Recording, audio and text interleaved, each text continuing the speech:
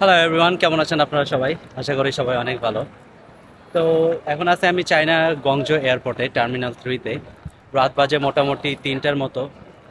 আমার 5:55-তে ফ্লাইট মালয়েশিয়ার উদ্দেশ্যে। মালয়েশিয়া যাচ্ছি ঘুরতে। তো মাত্র পৌঁছালাম হচ্ছে গংজো এয়ারপোর্টে। তো আপনাদের এই দেখাই, পেছনে ঘুরে দেখাই।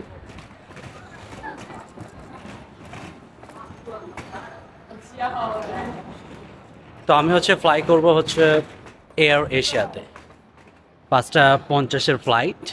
তো এখন খুঁজে বের করতে হবে কোন গেটে এইটা আছে।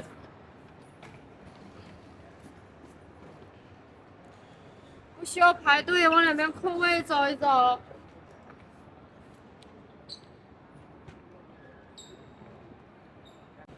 আমার ফ্লাইট নাম্বার হচ্ছে AK-115। তো এখানে দেখাচ্ছে AK-113 10টাতে। আমার AK-115 এই যে এইখানে দেখায় 5:55-তে। K27 two K30। তো আমার এখন খুঁজে বের করতে হবে কে গেট। এখানে হচ্ছে জি, তাহলে এখানে ই,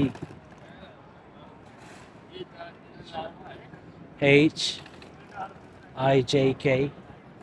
কে গেট কোথায় এটা খুঁজে বের করি। কে ওই এইচের পেছনে আপনার কে, ওই যে দেখা যাবে এখানে। তো খুঁজে বের করি কে। বোরিং শেষ করে ফেললাম। তো আসলে জিজ্ঞাসা করছিলাম ওদের যে আমি হচ্ছে আমার নিউ পাসপোর্ট দিয়ে ট্রাভেল করতেছি, আমার ভিসা হচ্ছে আছে ওল্ড পাসপোর্টে, এটাতে কোনো ঝামেলা হবে নাকি। তো ওরা একটু ভাবলো চিন্তা, তারপরে বললো যে চাইনিজ ইমিগ্রেশনে তোমার দুইটা পাসপোর্টই দিবা, কিন্তু তোমার মালয়েশিয়ান ইমিগ্রেশনে যায় তোমার ওল্ড পাসপোর্টটা দিবা, কারণ তোমার হচ্ছে ভিসা ইস্যু আছে হচ্ছে তোমার ওল্ড পাসপোর্ট দিয়ে।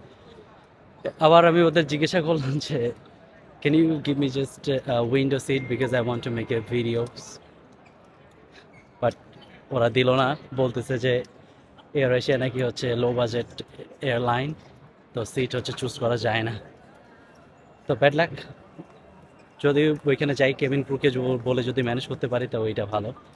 এখন যাচ্ছি হচ্ছে ইমিগ্রেশন কোর্স করার জন্য। ইমিগ্রেশন কোর্স করে তারপরে চলে যাব হচ্ছে আমার লাইনে।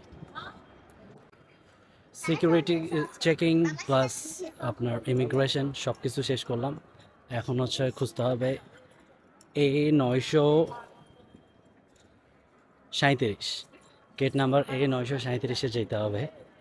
এখন মাত্র আসি আপনার A838 ওই দিকে।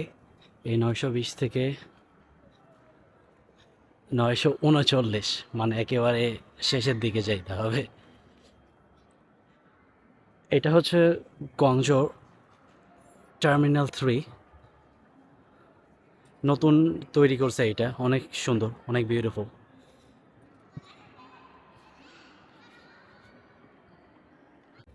গেট নাম্বার 937-এ চলে আইছি। তো এখন বসে আছি। এই হচ্ছে পেছনের ভিউ। এই গেট দিয়ে কিছুক্ষণ পরে ঢুকবো। এখন বাজে মোটামুটি হচ্ছে 5:37, কিন্তু প্লেন আমাদের টেক আপ করার কথা ছিল হচ্ছে 5:50-এ। ফ্লাইট ডিলে হয়েছে 30 মিনিটের মতো। তো আস্তে আস্তে এইটা হয়ে যাবে 6:25।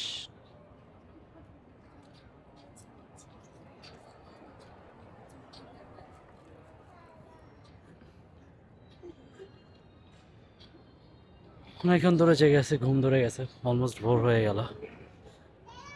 তা এখনো প্লেনে দেখা নাই। দেখা যাক কখন প্লেন আসে।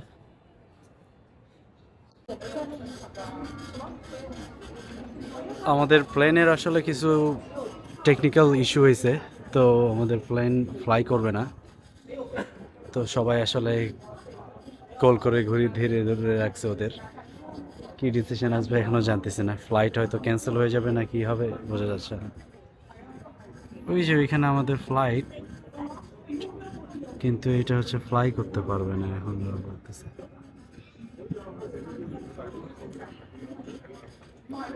তো এখন আনসার্টেনিটির মধ্যে আছি যে কখন আসলে ফ্লাই করতে পারবো নাকি কি করতে পারবো কিছু বুঝতে পারতেছি না।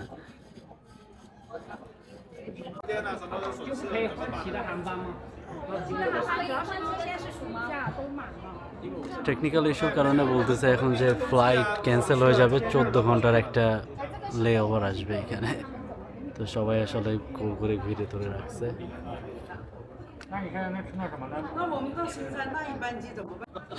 জীবনের প্রথম আসলে এয়ার এশিয়ার সাথে ফ্লাই করতে গেলাম, এত বাজে অভিজ্ঞতার সম্মুখীন হইলাম তা বলে বোঝানোর মতো না। প্রথমে ভাবতেছিলাম হয়তো এয়ারপ্লেনের হয়তো ত্রুটি আছে, তারপরে এখন যেইটা কথা বলে ওদের সাথে জানলাম ওদের নাকি ক্রু মেম্বাররা ওভার টাইম কাজ করতেছিল, এই জন্য ওরা এখানে ল্যান্ড করছে। ক্রু মেম্বারদের রেস্ট লাগবে, তো এই প্লেন এখন ফ্লাই করতে পারবে না। ওরা তো প্রথমে বলতেছিল যে 14 ঘন্টার অ্যাটলিস্ট ব্রেক লাগবে, তারপরে আমাদের নেক্সট ফ্লাইট, তাও শিওর না যে ফ্লাই করতে পারবো কি না। তারপরে অনেক জোরাজোরি করে ওদের হলো নেক্সট ফ্লাইট আসবে। আমি ওদের বললাম যে নেক্সট ফ্লাইট আসবে, কারণ বলতেছিলাম তো নেক্সট ফ্লাইটে আমরা যাব, পরে অন্য যারা যাত্রী আছে তারা হচ্ছে নেক্সট ফ্লাইটে আসবে। তো পরে ওরা ডিসিশন নিয়েছে নেক্সট ফ্লাইট যেটা আসতেছে ওইটার সাথে আরও ক্রু মেম্বার ওরা আনবে, আইনে দুইটা ফ্লাইটই একসাথে ছাড়বে। তো এখন আমাদের আপডেটেড টাইম হচ্ছে সকাল 10:33।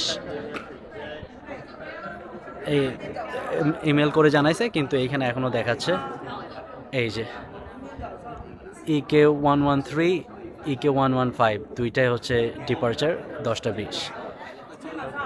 কিন্তু ওরা ইমেল করছিল আমাকে, ইমেলে জানাচ্ছে যে হচ্ছে 10:33।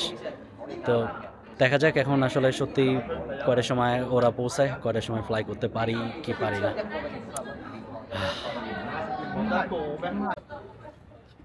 এখন বাজে সকাল 10টা। তো সবাই এখন আবার লাইনে দাঁড়াইছে, আমিও লাইনে দাঁড়াই যাই।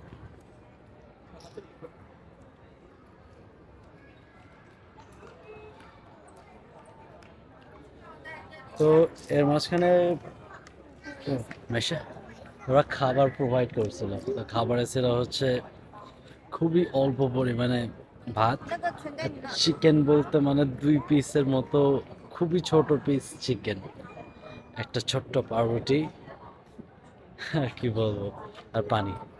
যাই হোক, তা প্রোভাইড করছে, এত চিপার একটা প্লেনে তার খাবার প্রোভাইড করতেছে। হ্যাঁ